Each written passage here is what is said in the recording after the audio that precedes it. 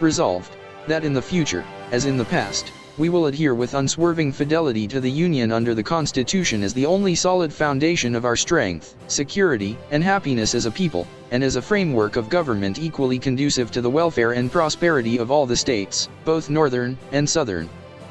Resolved, that this convention does explicitly declare, as the sense of the American people, that after 4 years of failure to restore the Union by the experiment of war, during which, under the pretense of a military necessity of war power higher than the Constitution itself has been disregarded in every part, and public liberty and private right alike trodden down, and the material prosperity of the country essentially impaired, justice, humanity, liberty, and the public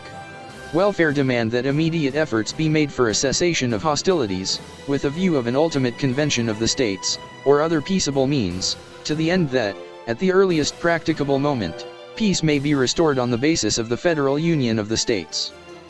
Resolved, that the direct interference of the military authorities of the United States in the recent elections held in Kentucky, Maryland, Missouri, and Delaware was a shameful violation of the Constitution, and a repetition of such acts in the approaching election will be held as revolutionary, and resisted with all the means and power under our control.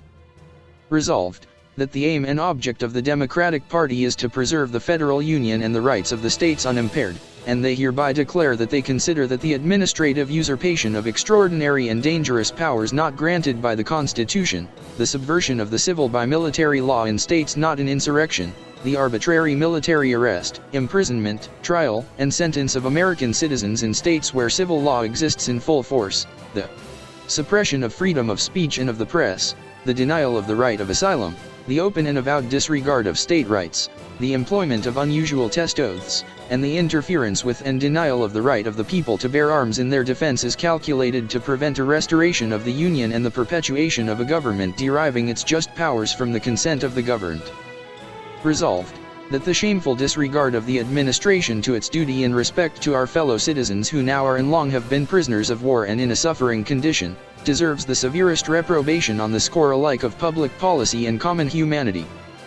Resolved, that the sympathy of the Democratic Party is heartily and earnestly extended to the soldiery of our Army and sailors of our Navy, who are and have been in the field and on the sea under the flag of our country, and, in the events of its attaining power, they will receive all the care, protection, and regard that the brave soldiers and sailors of the Republic have so nobly earned.